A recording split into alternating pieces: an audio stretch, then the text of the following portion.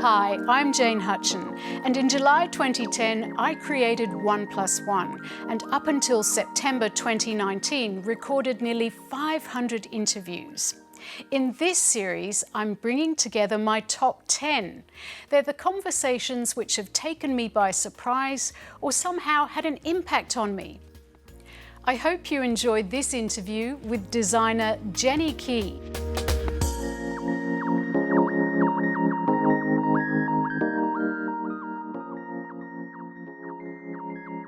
Jenny Kee, welcome to 1+1 and thank you for hosting us here in your home. Thank you, Jane. It's a pleasure. It's wonderful to be here in the mountains with the sound of the wind, waratahs surrounding us. I wonder, what does this house, it's a 100-year-old property, more than 100 years, what does it mean to you?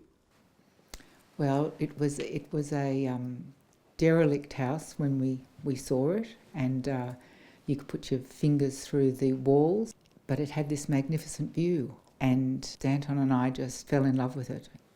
It means a lot to me, this house. I've been through a lot in this house, and not actually in this part of the property. This is a Glenmurcutt jewel of a building, and this is where I live now, and the main part of the house is my family lives.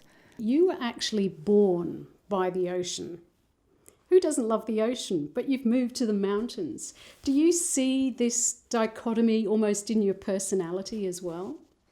Yeah, well, look, I was born at Bondi, not on the beach, but in North Bondi, and I absolutely took it all for granted.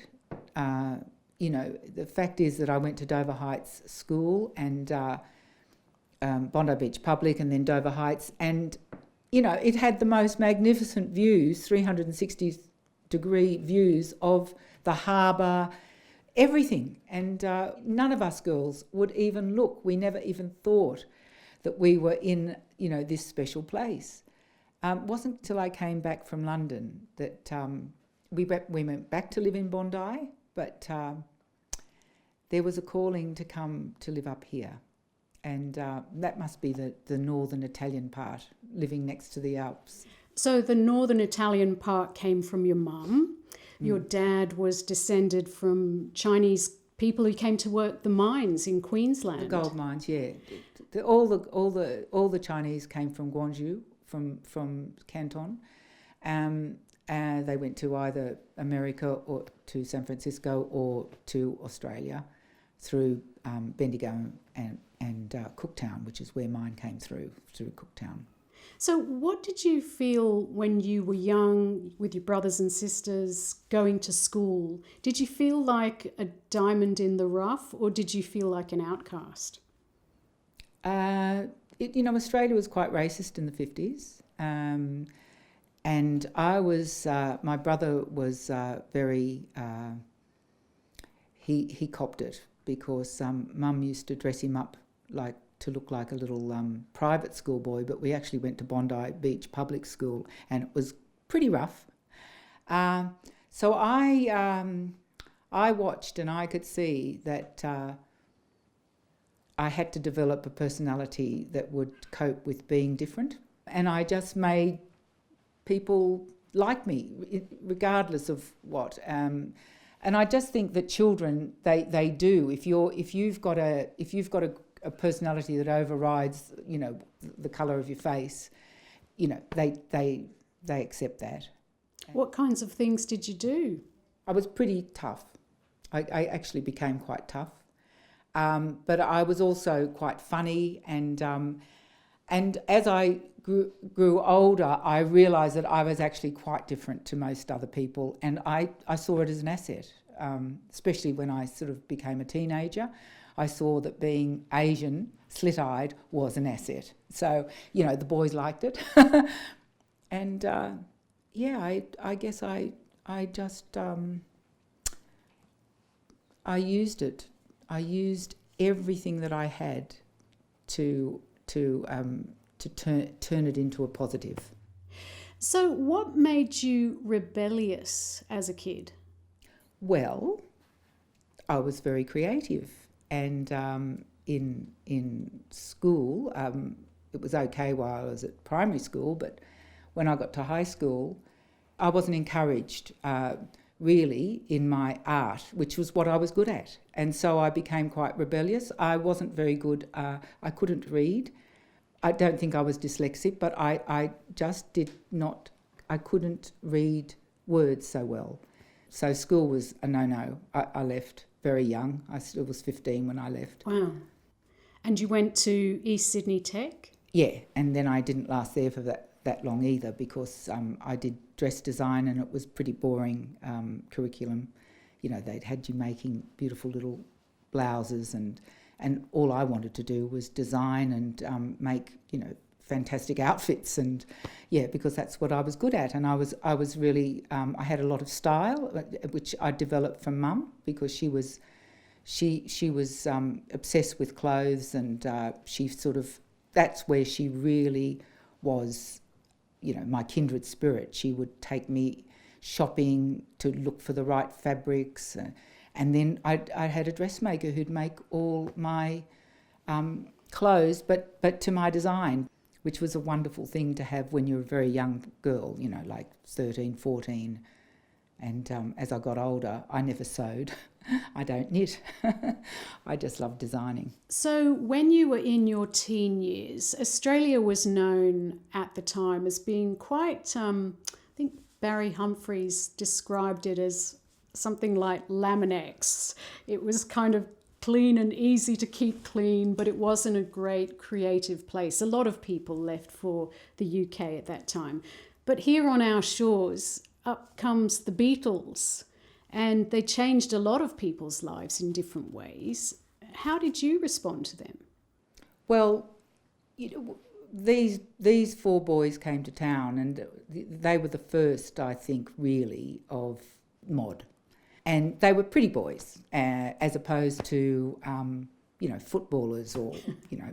We were part of a group that were, you know, arty and designy, and we liked pretty boys. So, of course, the Beatles were going to be you know, we couldn't wait to go down and to see them. And, you know, I remember a gaggle of us left from East Sydney Tech, and we all went down to the Sheraton and stood outside, and, you know, we were part of the mob, because that the Beatles, that tour was when they became, when Beatlemania started. It started in America and then they came here, and that was in 1964, and I was just 17, and it was like we knew that this was the most exciting thing that was happening in town, in Sydney town at the time, and all I wanted to do was meet them. So, yeah, I did. You did, and you had a famous liaison with John Lennon at the time. Yes, a one-night stand. A one-night stand. Yes. Was that, I mean, did you talk about it immediately after? Was it covered in the media as it is today? Oh, no, nothing. Just amongst our friends who were all completely jealous because, you know, we got into the hotel room and we you know, and I got singled out for the night. So it was... You were the lucky one. I was the lucky one. I got the lucky number. Must have been that Asian face. I mean, did that really sort of hit home to you that your difference had set you apart from other people? Oh, by then I knew that, yeah, I was different, and I also looked different. You know, style-wise, I looked different. And so that meeting with John Lennon and the effect of Beatlemania, I mean, I've read that you literally got on a boat and went to London after that. I mean, was it as 1 + 1 = 2 as that, you know, you were inspired to go and live in London?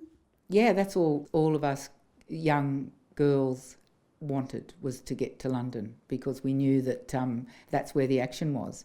And we just, you know, used to stomp around down at the gas slash to "We Got to Get Out of This Place," the Animals, you know, that famous song. And we'd just all scream on the dance floor, "We got to get out of this place." And we were all pretty hysterical. I think it was because we took slimming tablets. Okay. Yeah, and I think that sort of, you know, heightened our madness, you know, like everything's available now. You can do anything, you can be anything, But then, we were just a sort of a select group of wild young kids, screaming for change. And in London, I think one of the many things that you did, you helped to dress people from the Chelsea antiques market. You met some amazing people who became your mentors. And you also appeared nude in Oz magazine, I think on the cover of Oz magazine.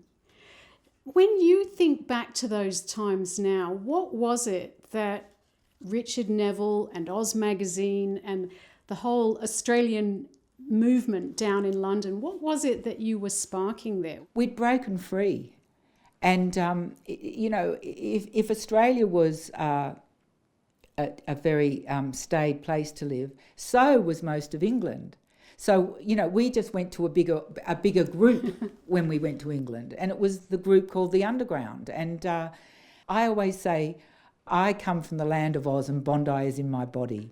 And that was called energy, the energy of the sun, the energy of Australia. And by the time we got to England, this cool England, we were just bursting out. And, and Richard, who was just brilliant. Richard Neville. Yeah, and then I was working for Vern Lambert, who was another Australian from Melbourne, who was the most stylish man. And he was the beginning of, retro clothing, becoming really fashionable in London. There was a movement of that, but Vern brought it all to a head by having a fabulous stall in the Chelsea Antique Market, which is where I went to work, and there we were wearing Granny's clothes.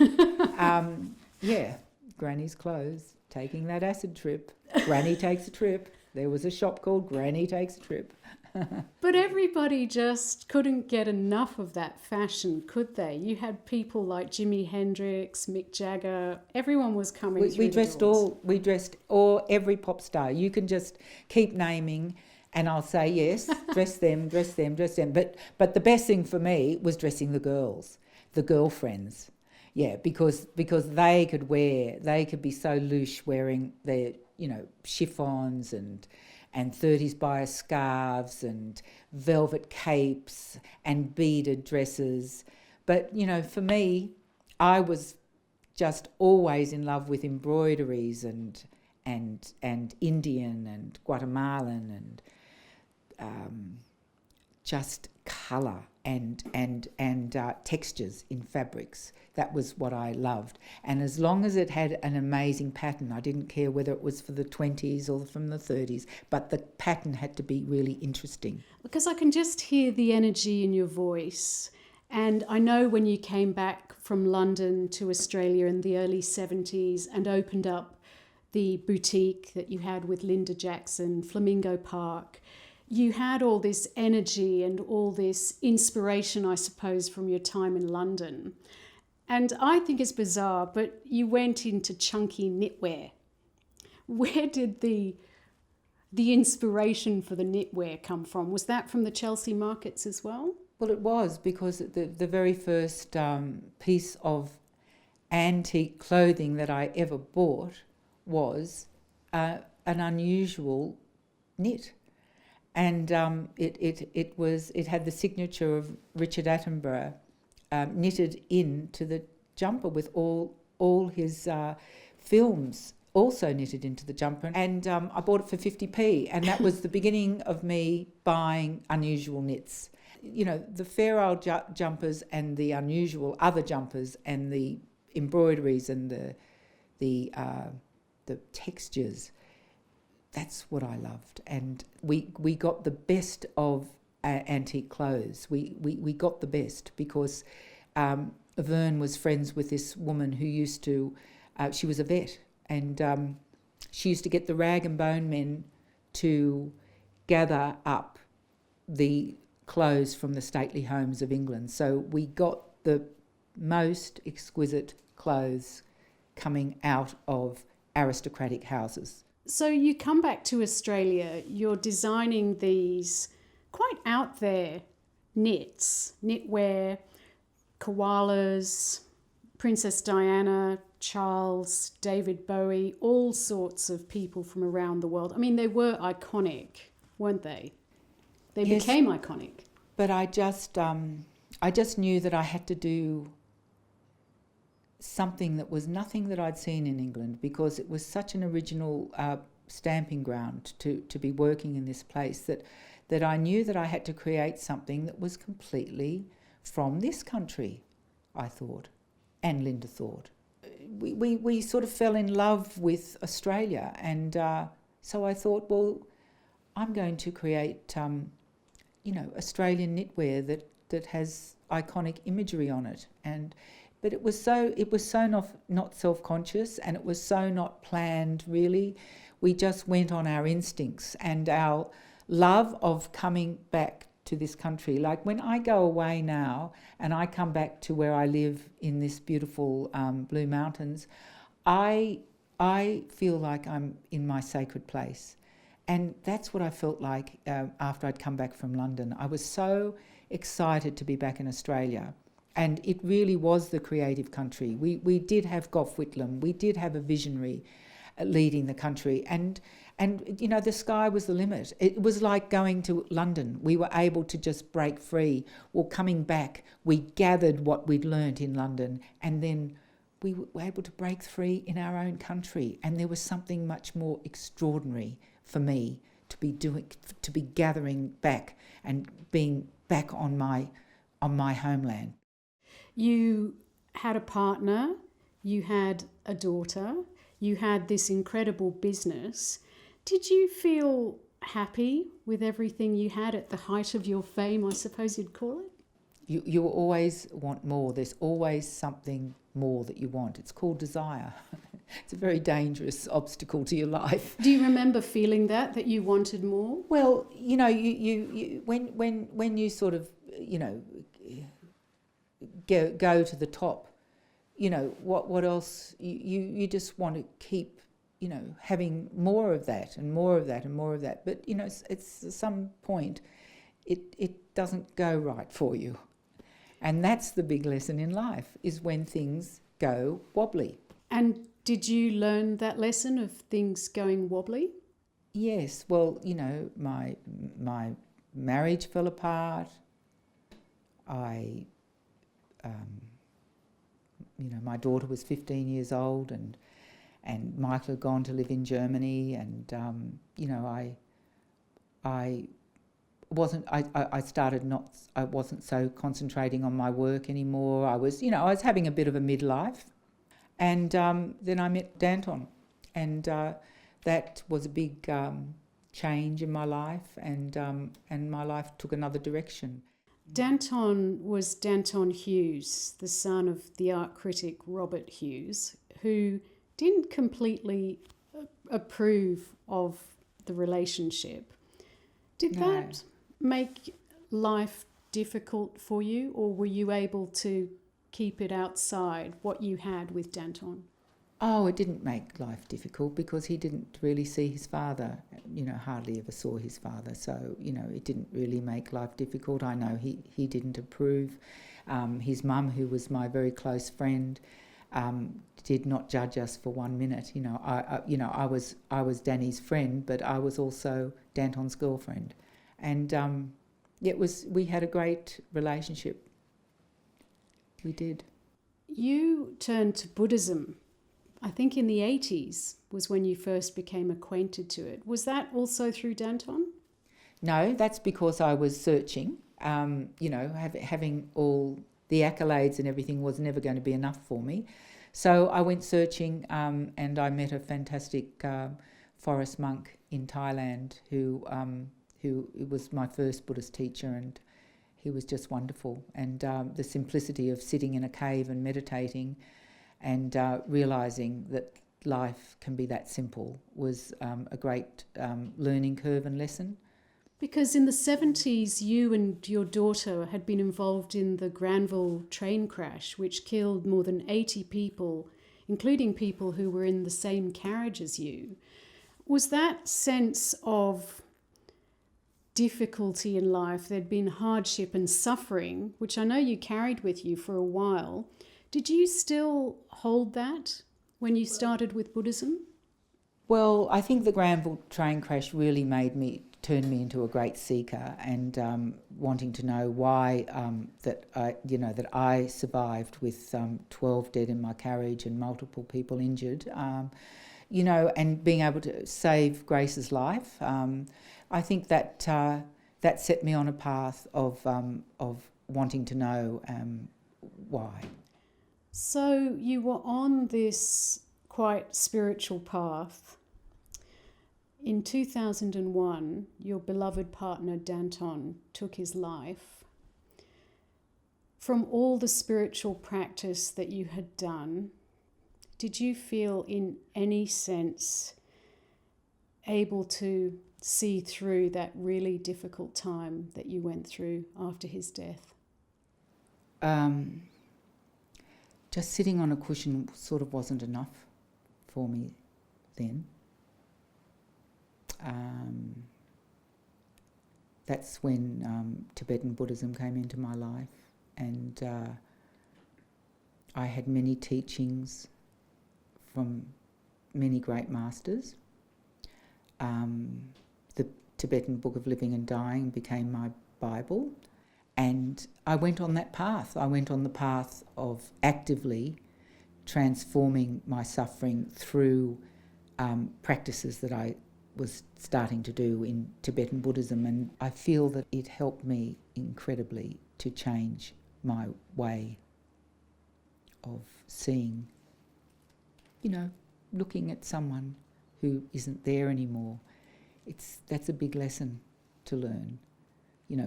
Being in Granville train crash, saving your daughter's life. They're huge things that have happened to me, but I've survived them, and actually, I'm actually quite a happy person now. To be very honest, I don't really want for the very much anymore. I've downsized my life.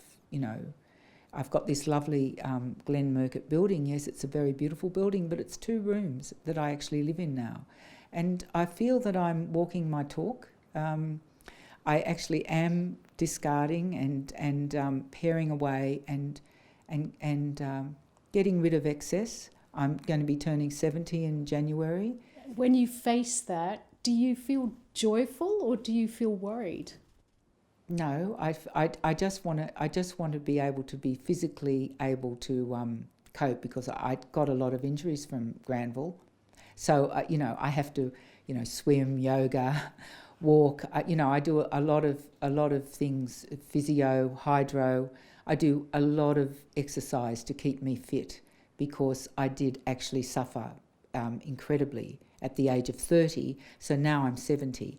So I concentrate on my Dharma and my physical health and well-being, and they're the 2 things that fuel me.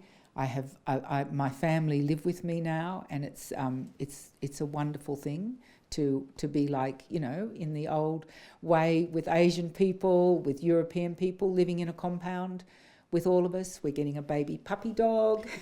Life is really good, and I'm proud to say that. Were there times when you thought you wouldn't be able to say that? Dark. I know what depression is. I know how Danton, how deep he went. He had an illness. I just was left with depression after he died. But with practice, with good practice, you can transform that too. You just call that depression your little friend. Here I come, here it is, yeah, it's coming back. And you're kind to your depression. I've learnt that. And I've learnt many things, but they're personal, and I'm on an inner journey now. And I just know that there's no time to waste. When you hit 70, you've got to start asking questions about, what is death? Jenny, do you think much about things like your legacy? No, not really. Really? I don't actually. Being a design icon? No, I don't. I know that I am because I'm told that I am, and I've had an amazing life. I wrote a big book about it. But do I think about that now? Look, it's fun when you get a new following of young people on Instagram that all love you, and because I love being around young people because I've got a lot of energy and they pick up on that and they love it, and so I love to be able to dance. I love dancing, and I can do it with young people because they've got the same energy as I have. Yeah, but do I think about my legacy? I don't. I put koalas on a jumper, and what? I've left a mark. I'm leaving a mark. I'm still leaving a mark. But I don't really think too much about what I've done. It sounds like you're incredibly free, to be honest. I feel free, and that is to do with living in this amazing place. That is an ancient valley that's 350 million years old. It has energy. And I feel that I got a lot of energy from living in Bondi, and now I get a lot of energy from living in Blackheath. And there is something about how you live your life.